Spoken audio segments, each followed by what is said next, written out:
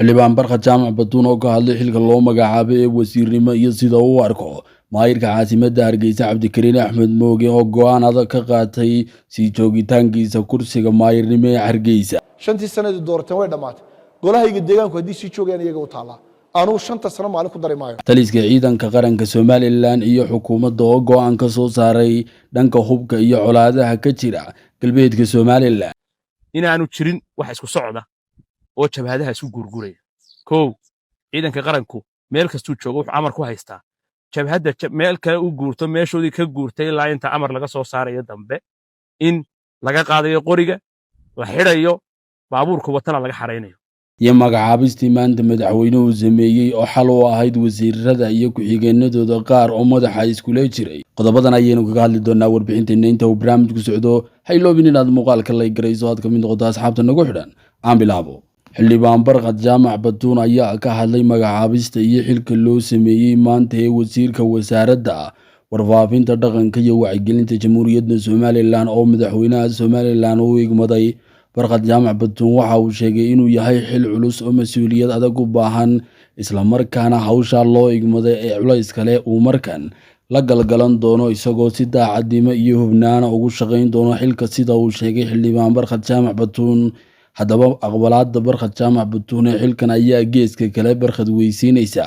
xubinimadiisa baarlamaanka oo uu si toos ah u soo gelayo xildhibaankii ugu codka badnaa xildhibaanadii aan ku guuleysan soo bixitaankii hore ee golaha wakiilada. boosishankana waxaa suuga dhabo u ahaa wasiirkii hore ee wasaaradda arrimaha dibadda Somaliland Dr. Ciise Kayd oo si toos ah xubinnimada xildhibaannimo ee barkad jaamac batuun ay toos ugu wareegi doonto. barkad isagu waxa uu sheegay inuu si weyn ula dhacsan yahay aragtida iyo magacaabista xilligan loo sameeyey oo uu arko tallaabo iyo dariiqo wanaagsan oo uu soo dhaweynayo si moraal la ilaahayna waxa uu ka baryay in xilka madaxweynuhu u igmaday uu alle ku asturo. magacaabista madaxweynaha Somaliland sameeyey maanta qaybaheeda ayaa ahayd furdaamin la kala furdaamiyey wasaarado madaxa iskaga duubnaa. maalmihii ugu dambeeyey wasaaradda caafimaadku waxay ahayd ta ugu buuqa badan wasaaradaha ka jira gudaha Somaliland waxaana si weyn u kala aragti duwanaa wasiirka wasaaradda caafimaadka iyo ku-xigeenkiisa oo ahayd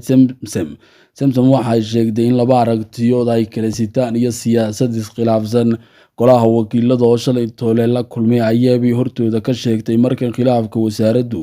ay waajahayso. maanta se waxa laga bedelay boosishankii wasiir ku-xigeenka ay ka ahayd iyadoo la geeyey meel kale halka la keenay shakhsi kale booskii ay iyadu joogtay. tanna waxaa loo arkaa xal siyaasi ah oo madaxweynuhu ka gaadhay khilaafka soo kala dhexgalay labada mas-uul ee iskugu xigay wasaaradda caafimaadka Somaliland. xukuumadda iyo taliska ciidanka militariga Somaliland ayaa go'aan ka soo gaadhay xaaladaha kama dambaysta ee ka jira galbeedka Somaliland xilligan iyo colaadaha. digniin kama dambaysana waxa loo diray maleeshiya beeleedka ku hubaysan hubka. waxaa la sheegay in la wareegi doono gaadiidkooda iyo hubkooda iyada oo markan loo raacayo dariiqadaas si badbaado ah. waxaana si dhaba loogu sheegay inaanay ahayn tani digniin keliya ay tahay fariin kama dambaysa oo ay si dhabo u qaataan in la wareegi doono hubkooda iyo gaadiidka waaweyn iyo ka yaryar. sidoo kalena aan la aqbali doonin isku gurguritaan geysasku ay sameeyaan oo waxaa la arkayay in maleeshiyaadku meelo kala duwan ay ka dagaalamayeen iyagoo isku sameynaya gurmadyo kala duwan iyo weliba isturaan iyo istur kala duwan oo aan markan ahayn mid la aqbali karo. taliyaha ciidanka qaranka jamhuuriyadda Somaliland Nimcaan Yuusuf Gacnoog, wasiirka wasaaradda gaashaandhigga Maxamed Yuusuf iyo mudanayaal kale oo ka mid ahaa wasiirka dhalinyarada iyo ciyaaraha jamhuuriyadda Somaliland mudan caaqilo iyo weliba haldoor kale oo ku weheliya ayaa ka hadlay deegaanka gobolka Salel ee magaalada Saylac duleedkeeda waxaanay si dhaba u sheegeen inaan la aqbali doonin tallaabooyin liddi ku ah nabadgelyada iyo xasiloonida bulshada. si dhabana gacan wax loogaga wanaajin doono cid kastoo isku dayda inay u idaarato xayndaabka sharciga oo markan sharciga si aan sharci ahayn ay gacantooda ugu qaataan. ciidanka qaranka jamhuuriyadda Somaliland taliya oo u hadlay iyo xukuumadda geeskeeda oo u hadlay wasiirka gaashaandhigu dhammaantood waxa ay sheegeen sida ay muhiimad u leedahay inay shacabku ku baraarugaan muhiimadda ammaanka iyo weliba inay kala shaqeeyaan laamaha dowladda. qabtaan marar badan baanu halkan nabad ugu soo baxnay. nabadaasi fulin may lahayn waxay u lahayd inaanu dadka nabad qaata. maanta laakiinse waxaa daba socota fulin.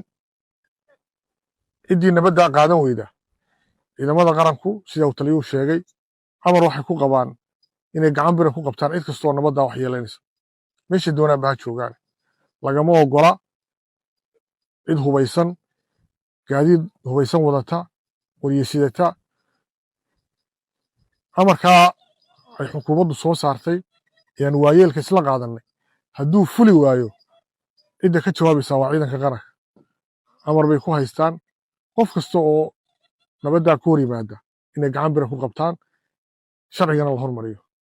maanta waxaan joognaa waa Gaarisa maalmahan u dambeysayna waxaan u joognay Gaarisa guddigii nabadaynta ee dhinacan galbeedka loo soo diraan ka mid ahayn waxaan rajaynayaa inuu ilaahay intaa noogu joojiyo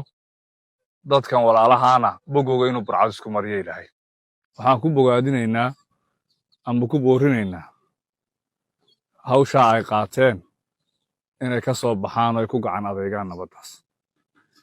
sida ay u qaateenna inayna wax dhiba ayna u dhicin dowladdu amaamiir bay bixisay waxay halkan u timiday dhowr goor bay ku soo noqnoqotay waxay dhowraysay dadkay dhowraysay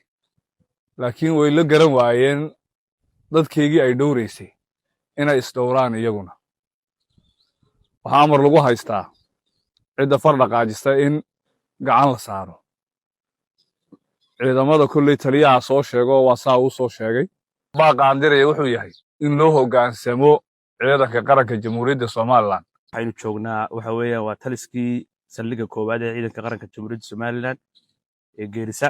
si guud ciidanka qaranku kadib qiimeyn uu ku sameeyay wuxuu soo saaray awaamiir kooban oo lagu xakameynayo hawshaas kow waxa ka ah inaanu jirin wax isku socda oo jabhadaha isu gurguraya kow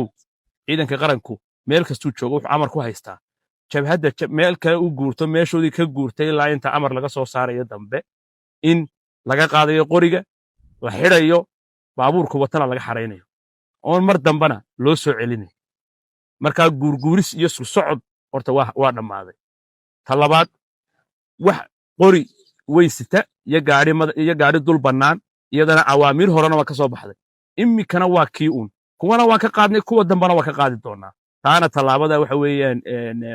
waa amar ka soo baxay waxa weeyaan taliska ciidanka qaranka jamhuuriyadda Somaliland si loo xakameeyo nabadda gobolkan iyadana waxa weeyaan inaanay jirin waxa aan bayaankayaga u caddaynaynaa nabaddii halkaa laga doonayey Gaarisa degaankeeda inay si buuxda u qaateen nabaddiina halkaa maanta bilowgeedii waa wax ilaahay lagu mahadiyo salaan ka bacdi ilaahay baa mahadle mar labaadka waxaan u mahadnaqayaa xukuumadda waftiga ay soo dirtay iyo taliyaha ciidanka qaranka sida wanaagsan ay nabadda degaankaa Geerisa uga howlgaleen waan u mahadnaqaynaa waxaan leenahay waajibkay ay lahaayeen way guteen weliba way siyaadiyeen dad dhiig bay kala badbaadinayaan xag aakhiriya xag adduunyaba waan uga mahadnaqaynaa mar labaadka waxaan u mahadnaqayaa anigu odayaasha deegaanka ee iyaguna nala qaatay nabadda ee ku dhawaaqay iyaguna waan u mahadnaqayaa shanta sano maalinta iga dhammaato qofka ugu horreeyda hor imanayaane shantii sanadii doorateen way dhammaatay golahayga deegaanku haddii sii joogayaan iyaga u taallaa anugu shanta sano maalin ku dari maayo imika qorta buugaagtiina ku qorta calaamadsada oo haddaan sii joogo oo haddaan sii noolaado oo haddaan sii caafimaad qabo